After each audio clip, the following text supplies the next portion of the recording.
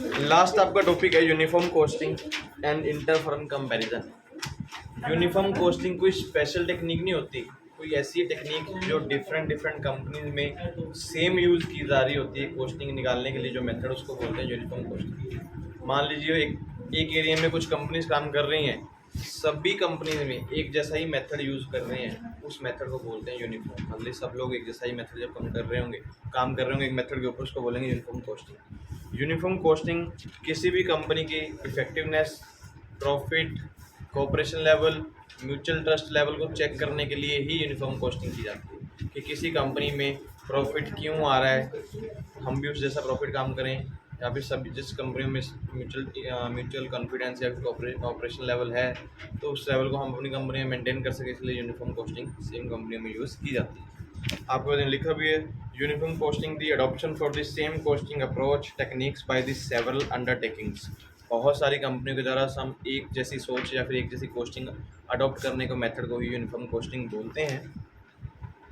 Request for successful installation in uniform costing system. अगर आप अपनी कंपनी में यूनिफॉर्म कॉस्टिंग सिस्टम मीन्स किसी और कंपनी वाला सिस्टम अपनी कंपनी में अप्लाई करना चाहते हो तो उनके लिए क्या क्या पॉइंट्स ज़रूरी हैं, या अपनी 10 नंबर क्वेश्चन में पूछ सकते हैं। सबसे पहला point, there should be understanding. सभी पर्सन में आपस में अंडरस्टैंडिंग होनी चाहिए।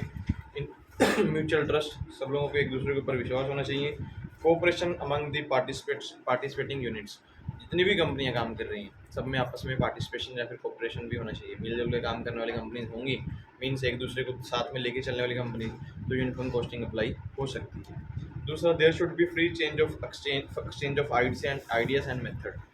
किसी भी कंपनी के पास कोई आइडिया है, किसी भी कंपनी का कोई मेथड है, अगर वो आपस में बदलते हैं फ्री ऑफ कॉस्ट तो यूनिफॉर्म कॉस्टिंग अप्लाई हो सकती है। There should be no rivalry and no competition. इस तरह की कंपनियों में किसी प्रकार का कोई कंपटीशन नहीं होना चाहिए। मीन्स कोई भी कंपनी एक दूसरे से आगे जाने के बारे में नहीं सोचेगी, सब लोग मिलकर आगे बढ़ने वाली होनी चाहिए। मीन्स कोई भी कंपनी जेलियस फील नहीं करेगी। मीन्स हम बोलें कि मुझे उससे जलन होती है, तो ऐसा कुछ भी नहीं होना चाहिए। भी सब लोग मिलकर काम करने वाली कंपनीज होनी चाहिए। The bigger unit should be prepare to share the experience. जो बड़ी कंपनीज होंगी वो अपने एक्सपीरियंस को शेयर करने के लिए ऑलवेज रेडी होनी चाहिए। Should be uniformity of interest and participating member should realise the significance. सभी कंपनीज के जो मेंबर्स होंगे वो पार्टिसिपेटेड पर्सन होने चाहिए। उनको लगता है कि एक दूसरे के एक्सपीरियंस सीख के हमें कुछ बेनिफिट हो सकता है, तो यूनिफॉर्म कॉस्टिंग इजीली बेस पे अप्लाई हो सकती है। There should be no sense of competition among the member units. जितने भी कंपनी में मेंबर्स काम कर रहे हैं उनको भी ऐसा लगना चाहिए कि हम एक दूसरे के साथ कोई भी कंपटीशन नहीं कर रहे हैं, तो यूनिफॉर्म कॉस्टिंग अप्लाई होगी। Standard costing plan and uniform costing norm manual both of which contain cost accounting plans. Standard costing और नॉर्मल कॉस्टिंग दोनों ही प्लान एक कंपनी में होने चाहिए, सभी कंपनियों में सेम एक तरह से चलने चाहिए। If the central organisation recommends. अगर मान लीजिए कोई सेंट्रल ऑर्गेनाइजेशन, आपने सभी कंपनियों में किसी एक कंपनी को कहता भी एक सेंट्रल ऑर्गेनाइजेशन बनाया हुआ है, तो सेंट्रल ऑर्गेनाइजेशन सभी कंपनियों के लिए एक जैसा ही काम करने वाली होनी चाहिए, तभी काम इन्वेस्टिंग कॉस्टिंग अप्लाई हो सकती है। Process of determining the amount of annual depreciation of machinery. अगर किसी कंपनी में डेप्रिसिएशन किसी मेथड पे लग रही है तो सभी कंपनियों में वैसी लगनी चाहिए। अगर मान लो कोई कंपनी स्ट्रेट लाइन लगा रही है तो सभी कंपनियां स्ट्रेट लाइन मेथड यूज़ करेंगी। अगर कोई कंपनी रिटर्न डाउन यूज़ कर रही है तो रिटर्न डाउन ही सभी कंपनियों में यूज़ किया जाएगा। फिर है need of uniform costing. Uniform costing की जरूरत क्यों है?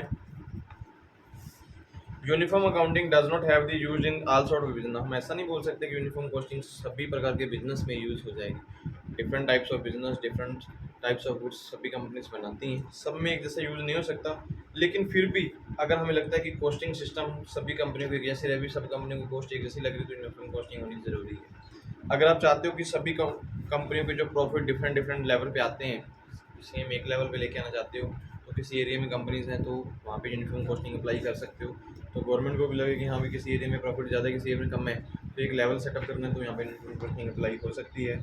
अंडर अनयूजुअल सर्कमस्टांसेस, जिन सर्कमस्टांसेस के बारे में हमें नहीं भी पता होगा, मीन्स किस कंडीशन में कैसे काम करना है, तो वहाँ पे यूनिफॉर्म कॉस्टिंग अप्लाई हो सकती है।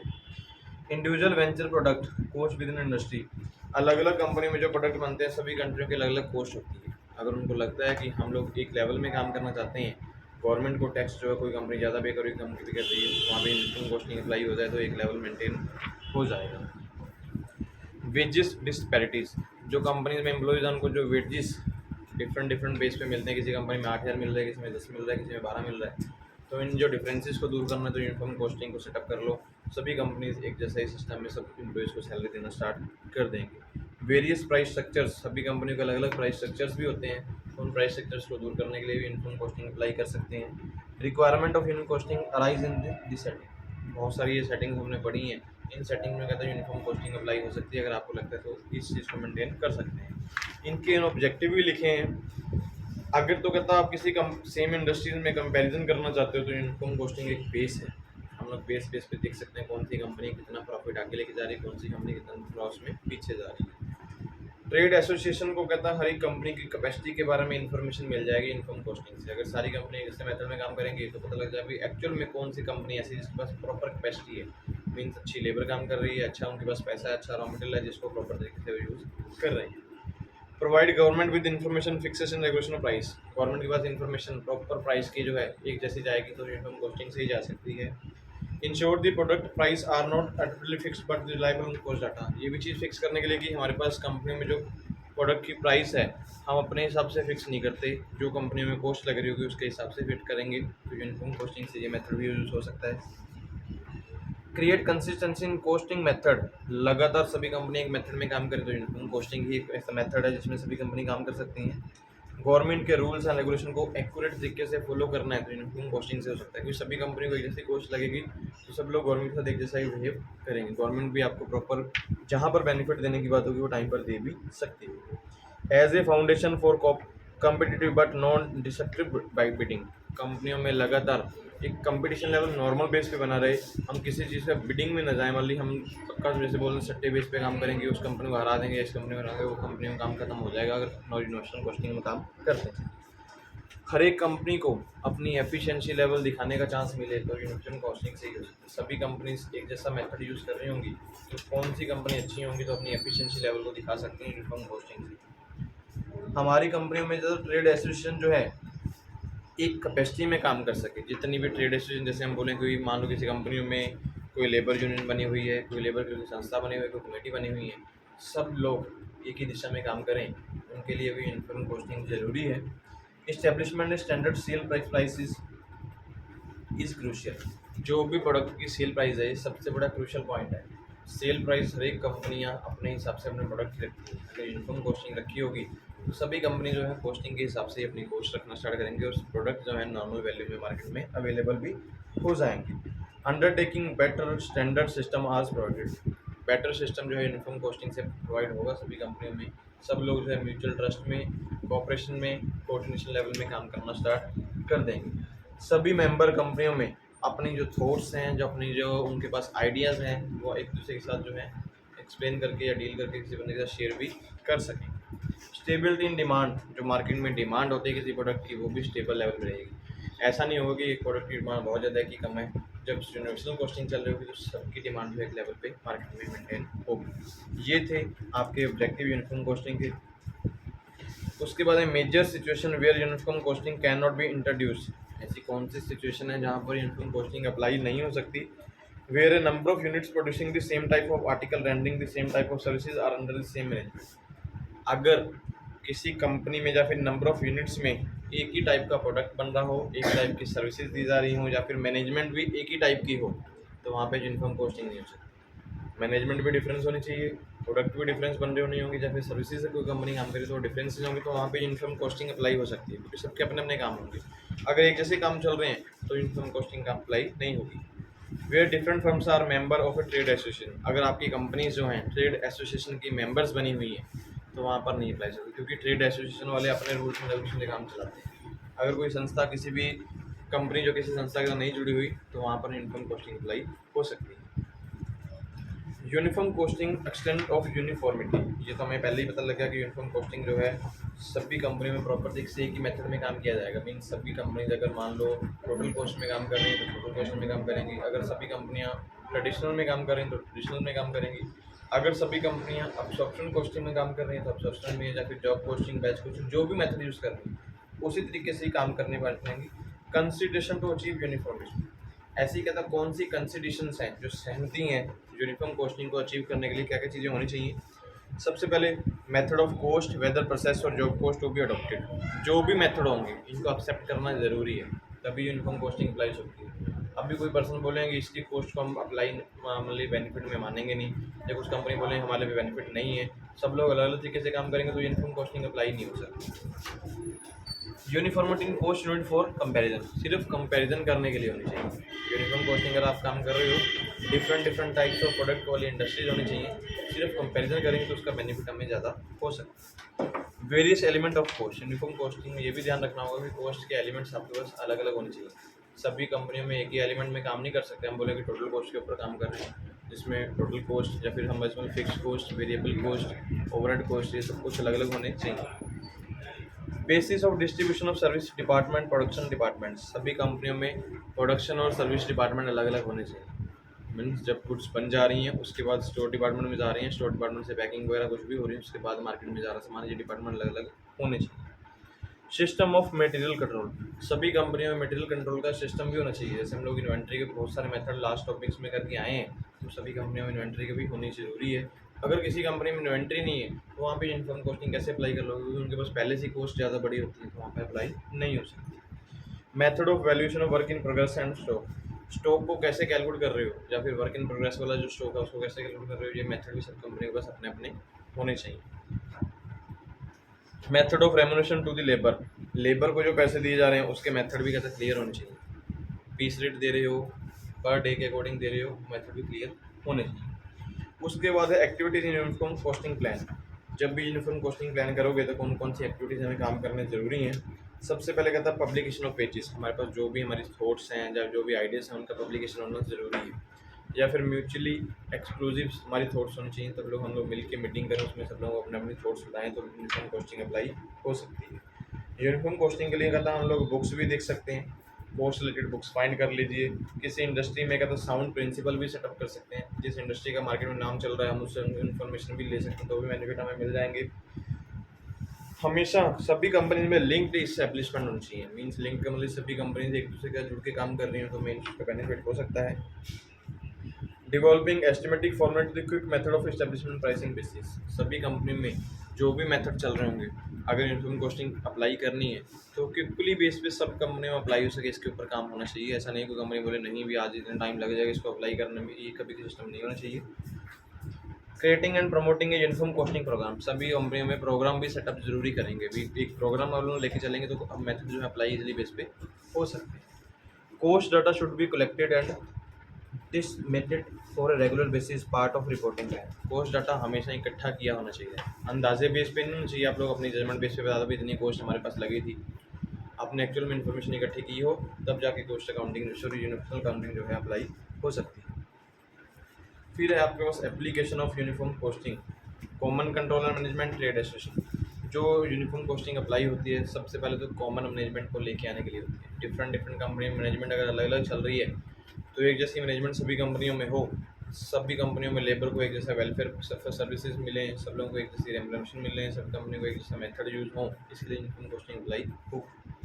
Trade association, different different trade association अपने अपने हिसाब से काम करती हैं, व्यापार करने वाली संस्थान, तो उनमें भी रिलेशनशिप बन सके तो वहाँ पर यूनिफॉर्म कॉस्टिंग अप्लाई कर सकते हैं। अकाउंटिंग फॉर यूनिफॉर्म कॉस्ट, अगर हम लोग यूनिफॉर्म कॉस्टिंग में काम करेंगे तो दो तरीके से कॉस्टिंग यूज़ कर सकते हैं, या फिर स्टैंडर्ड कॉस्टिंग यूज़ करेंगे या फिर हिस्टोरिकल कॉस्टिंग।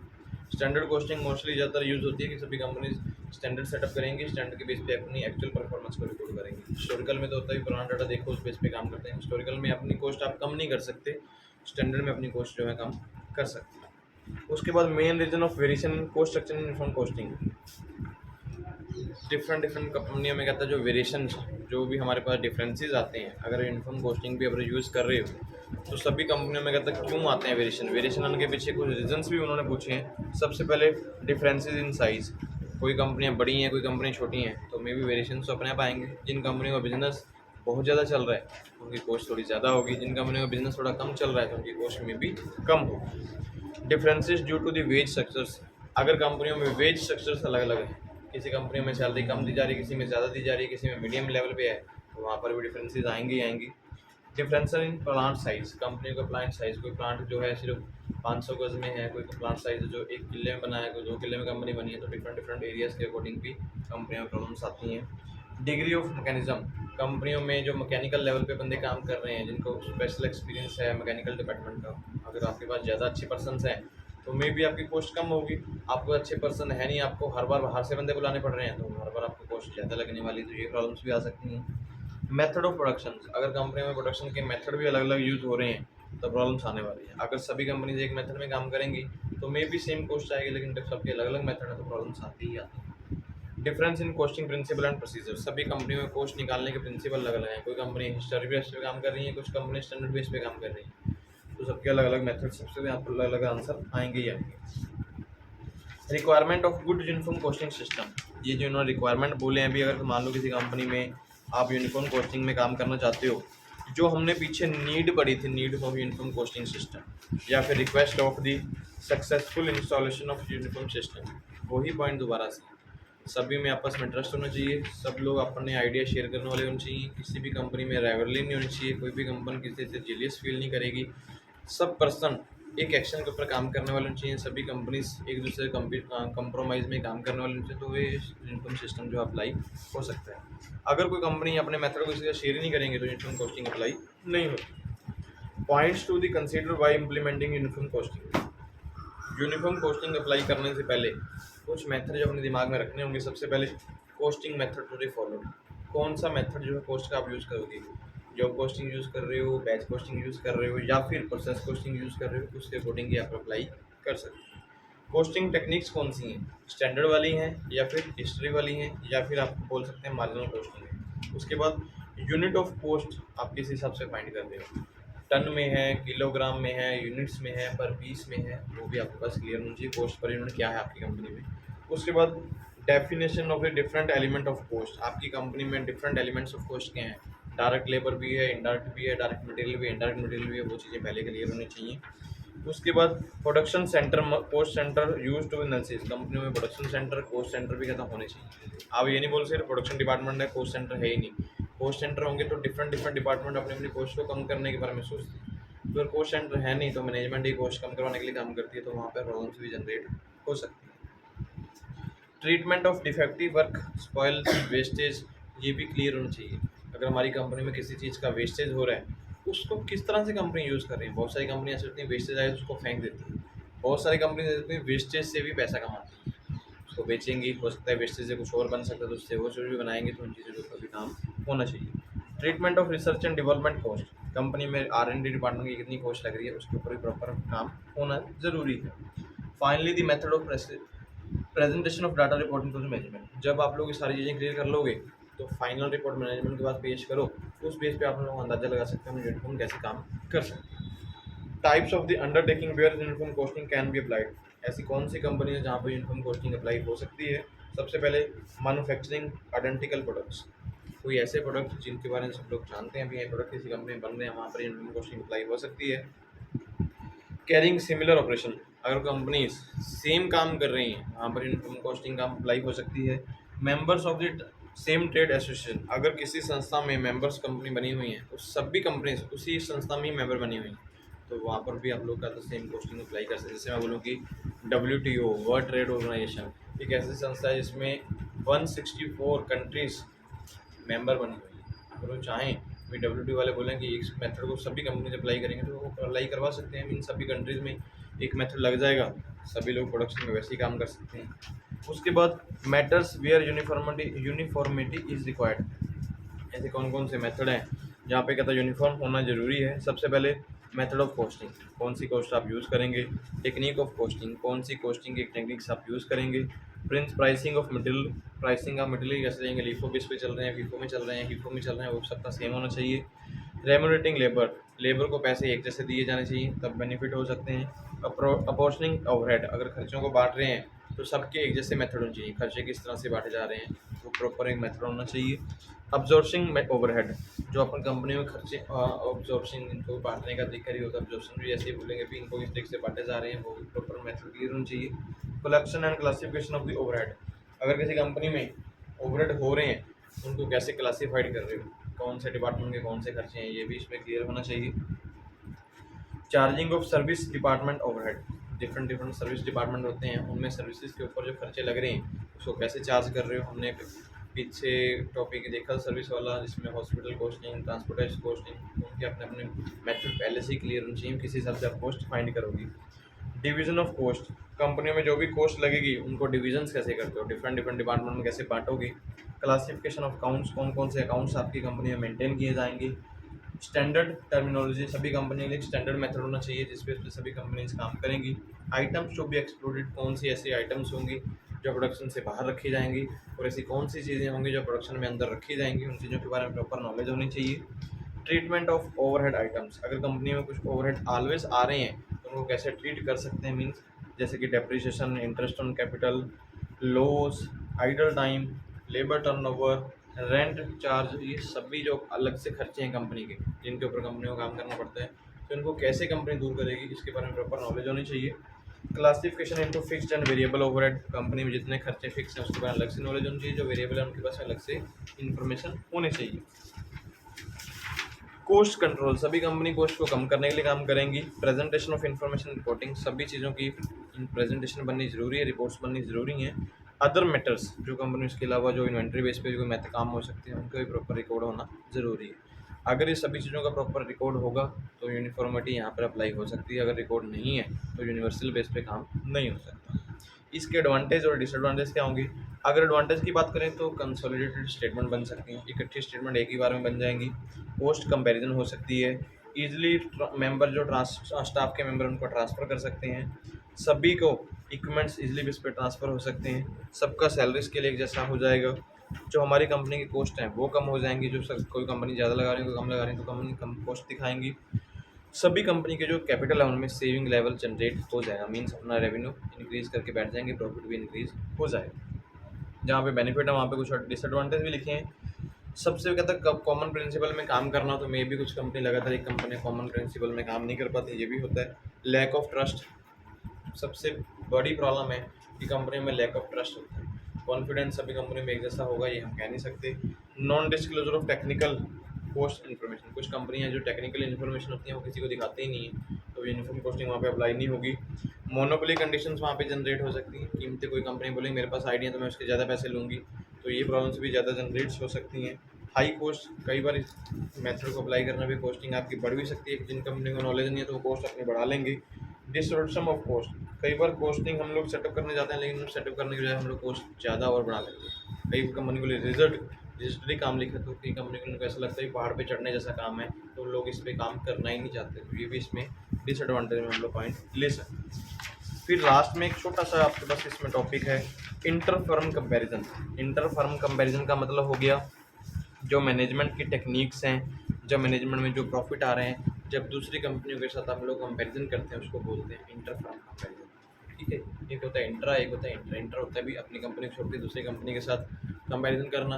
इंट्रा हो गया विद इन कंपैरिजन करना, अपनी मैनेजमेंट में कंपैरिजन करना। इंटर की बात कर रहे हैं तो अलग अलग कंपनी के साथ एक्सपीरियंस या फिर शेयर करना, जो उनकी क्या रिपोर्ट्स थी हमारी क्या रिपोर्ट्स थी उनको कंपेयर करना, उसको बोलते हैं इंटर फर्म कंपैरिजन। इसके ऑब्जेक्टिव क्या होते हैं, कंपनियों में एफिशिएंसी लेवल बन जाए, सभी कंपनीज के मैनेजमेंट प्रॉपर तरीके से काम करें, सबकी कॉस्ट एक जैसी हो, इसके लिए काम किया जाता है। एफिशिएंसी इकोनॉमी, कंपनी की कॉस्ट जो कहीं पर बढ़ के लग रही थी कहीं पे कम लग रही है, एक जैसा लेवल पे मेंटेन हो जाए।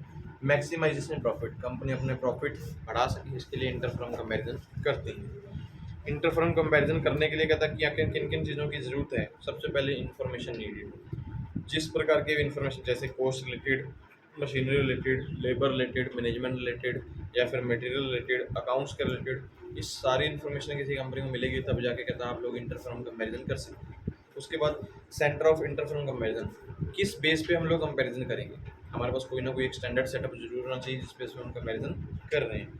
मेंबरशिप, सभी कंपनीज मेंबरशिप में काम कर रही होंगी तभी कंपैरिजन हो सकता है। अभी कोई कंपनी आपको पसंद ही नहीं करती दूसरी कंपनी को, तो कंपैरिजन हम कर ही नहीं सकते क्योंकि वो अपना डाटा शेयर ही नहीं करेंगे। Method of collection and presentation of information, आपके पास मेथड भी क्लियर होने चाहिए, सेम मेथड होनी चाहिए जिस बेस पे इन्फॉर्मेशन प्रेजेंट की गई है तभी कंपैरिजन होगा। अभी कोई कंपनी लीफॉर्म में काम कर रही है, कोई कंपनी फीफॉर्म में, तो कंपैरिजन हो ही नहीं सकता, दोनों के आंसर्स जो है डिफरेंसेस आएंगे ही। बेनिफिट क्या होंगे, एक तो हम अपनी कंपनियों में जो भी वीकनेस या फिर जो हमारे स्ट्रेंथ वाले पॉइंट है वो क्लियर करके लेके आ जाएंगे। हमें कोस्ट के बारे में कंसिस्टेंस आ जाएगा, हमें कोस्ट पता होगी कहाँ पर हम लोग कोस्ट को कम कर सकते हैं। सर्विसेज हमारे लिए स्पेशल एजेंसीज वाली कौन सी मिल सकती हैं, हमें उसके बारे में इंफॉर्मेशन मिल जाएगी। इंडस्ट्रीज़ के लिए प्रॉपर होल में बेनिफिट होगा, मतलब जितनी कंपनीज काम करेंगी तो सबके लिए एक जैसा प्रॉफिट आएगा, वो काम हो सकता है अगर सभी कंपनी कंपैरिजन करेंगी। अदरवाइज कंपैरिजन का नहीं करेंगे तो सबका प्रॉफिट अलग अलग ही होता है। सभी कंपनी में स्टेबिलिटी लेवल बना रहेगा। जो कंपनी आगे जा रही है या पीछे जा रही है, एक लेवल पे मेंटेन हो जाएंगी। मेंटेन सीक्रेसी, सभी कंपनी में जो सीक्रेट लेवल होंगे, जो कंपनी आपस में कंपेरिजन कर रही हैं वो सीक्रेट अपने पास रखेंगे और किसी के पास शेयर नहीं करेंगे। प्रोडक्टिविटी भी इंक्रीज होगी, प्रॉफिट लेवल भी इंक्रीज होगा, प्रॉपर रिपोर्टिंग कंपनी में बननी स्टार्ट हो जाएगी। फेयर कंपटीशन, सभी कंपनी में प्रॉपर कंपटीशन नॉर्मल बेस पे चलता रहेगा। जहाँ पे इनके कुछ बेनिफिट है वहाँ पे लिमिटेशन भी बोले इन्होंने। मिसलीडिंग कंक्लूजन, कई बार क्या होता है कि कंक्लूजन बहुत ज़्यादा बढ़ जाती है, हम लोग उलझ जाते हैं कंपैरिजन करने में, डिफरेंट मेथड होंगे तो कंपैरिजन नहीं हो सकता। अनरिलायबल इन्फॉर्मेशन, कई बार हमें ऐसा लगता है कि हमारी इन्फॉर्मेशन अच्छी है, दूसरी कंपनी की इन्फॉर्मेशन अच्छी नहीं है, तो लोग रिलायबल भी नहीं करते हैं, तो प्रॉब्लम जनरेट होती हैं। अनसाइंटिफिक सिस्टम, ये सिस्टम हम ऐसा बोल सकते हैं कि अनसाइंटिफिक है। सेम कंपनी में ऐसे अप्लाई कंपैरिजन करके आप काम करोगे तो मे बी ना फ़ायदेमंद हो। इम्प्रॉपर हैंडलिंग, अगर प्रॉपर लोगों को आपको रिकॉर्ड बनने को बोला ही नहीं है, आप अच्छा रिकॉर्ड बना रहे हो, कोई बंदे और रिकॉर्ड गलत बना रहे हैं, तो कंपैरिजन नहीं हो सकता। टाइमली कोऑपरेशन एंड कोऑर्डिनेशन, लगातार कोऑपरेशन एंड कोऑर्डिनेशन बना रहेगा टाइम के अकॉर्डिंग, ये नहीं हो सकता। जैसे जैसे पर्सन चेंज होंगे तो कोऑपरेशन कोऑर्डिनेशन लेवल ले सकता, हो सकता है बढ़ भी जाए, हो सकता है कम भी हो जाए। इन चीज़ों को अगर कहता है दूर करना चाहते हो, जो लिमिटेशन है, कैसे कर सकते हो? एक तो प्रॉपर सब लोगों को एक जैसी एजुकेशन दी जाए तो दूर हो सकती है, सबको एक जैसी ट्रेनिंग दी जाए तो उसका बेनिफिट हो सकता है। सिस्टम एक ऐसा इंस्टॉल किया जाए जिसमें सब लोग एफिशिएंसी बेस पे काम करें तो कंपनी में काम हो सकता है। मीनिंगफुल और साइंटिफिक को सिस्टम अप्लाई करोगे तो बेनिफिट होंगे, अदरवाइज कंपनी में लॉस होंगे ही। इसके बाद इन्होंने लिखा है कि मेथड और approach of inter firm comparison, inter firm comparison करने के लिए कौन से मेथड कर सकते हैं। इन्होंने कोई मेथड वैसे तो लिखा नहीं है, सिंपल वर्ड में बोले कि आप लोग एक सेंटर बॉडी सेटअप कर लो। सेंटर बॉडी का मतलब है भी मान लो 5 कंपनीज हैं, 5 कंपनी में सबसे बड़ी कंपनी कौन सी है, उसको सेंटर पे बिठाओ, वो सभी कंपनी को अपनी इन्फॉर्मेशन देगी और सभी कंपनी से इन्फॉर्मेशन लेगी, तो इस मेथड से कंपैरिजन हो सकता है। या फिर आप स्टैंडर्ड कॉस्टिंग सेटअप कर लो, एक स्टैंडर्ड रख लो सभी कंपनी के लिए, सभी कंपनी उस स्टैंडर्ड के ऊपर काम करेंगी, तो कहता है इंटर फर्म कंपैरिजन हो सकता है कि कौन कौन कंपनी एक दूसरे के साथ मैच करके चल रही है। अगर स्टैंडर्ड नहीं है तो काम नहीं हो सकता। फिर है ratio of inter firm comparison. Inter firm comparison करने बैठेंगे तो हमारे पास डिफरेंट रेशियोस निकल के आएंगे। सबसे पहले प्राइमरी रेशियो, प्राइमरी रेशियो का मतलब भी कितने पैसे कंपनी में लगाएंगे। कौन 5 कंपनी काम करने जा रही हैं, प्रोडक्ट सभी मान लो सभी कंपनी डिसाइड कर ले कि प्राइमरी रेशियो की 5-5 लाख सभी कंपनी लगाएंगे। दूसरा सपोर्टिंग रेशियो, हमारी कंपनियों में काम क्या होगा और किस चीज़ की हम सेल करेंगे, कौन सा प्रोडक्ट बनाएंगे, ये चीज़ क्लियर हो जाना चाहिए। थर्ड होगा जनरल एक्सप्लेनेशन रेशियो, मींस हमारी कंपनी में फैक्ट्री कॉस्ट क्या होगी और सेलिंग कॉस्ट क्या होगी, ये चीज़ पहले क्लियर हो जानी चाहिए। उसके बाद स्पेसिफिक रेशियो बहुत सारी आ सकती हैं, direct labour, indirect labour, direct material, indirect material, different types of overhead, ये सारी रेशियो क्लियर हो जाएंगी तो सभी कंपनी जो है एक रेशियो में काम करेंगी और कंपेरिजन बेस पे काम कर सकती है। ये था आपका topic uniform costing and interfirm comparison वाला जो हुआ खत्म। बुक भी हुई खत्म, अगर कोई पॉइंट लगता है भी यहाँ किसी को पूछ सकता है। सर,